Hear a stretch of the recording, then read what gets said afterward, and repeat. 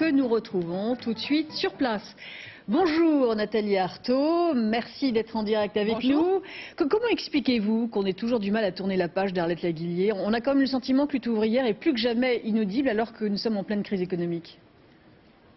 Écoutez, je crois que notre fait démontre le contraire. Regardez, on n'est pas spécialement isolé. Il y a des milliers de personnes derrière moi qui viennent justement discuter de nos idées et discuter de cette nécessité, oui, de changer de façon urgente cette société, parce qu'on voit bien que ce système, il est vraiment au bout du rouleau.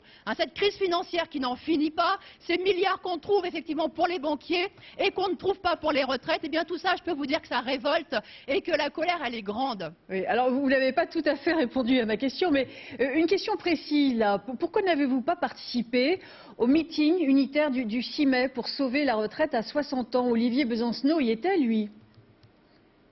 Écoutez, nous serons absolument de toutes les actions pour défendre la retraite à 60 ans et pour défendre les 37 annuités et demie. Donc ce meeting-là ne défendait pas toutes ces orientations-là.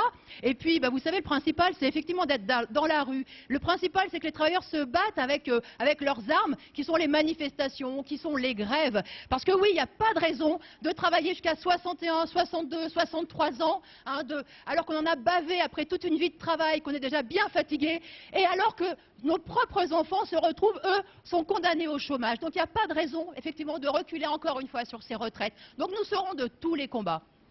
Nathalie Arthaud, aux dernières élections, vos scores ont été catastrophiques, je le rappelle, 1,4 aux régionales, 1,2 aux européennes. Pour l'élection présidentielle 2012, un nouveau sondage vous donne 1% d'intention de vote. Dans ce contexte-là, comment vous voyez votre avenir ? Mais écoutez, d'abord, nous ne définissons pas nos idées, notre politique en fonction des scores électoraux. Nous disons tout simplement ce que nous pensons être indispensable pour les travailleurs. Et vous savez, nous faisons peut-être des petits scores électoraux, mais ce n'est pas pour autant qu'il n'y aura pas une explosion sociale. Parce que je pense que la population, les petites gens, ils n'accepteront pas indéfiniment de se faire écraser, de se laisser faire les poches comme le gouvernement veut le faire là, en nous imposant de payer une dette qui n'est pas la nôtre en fait.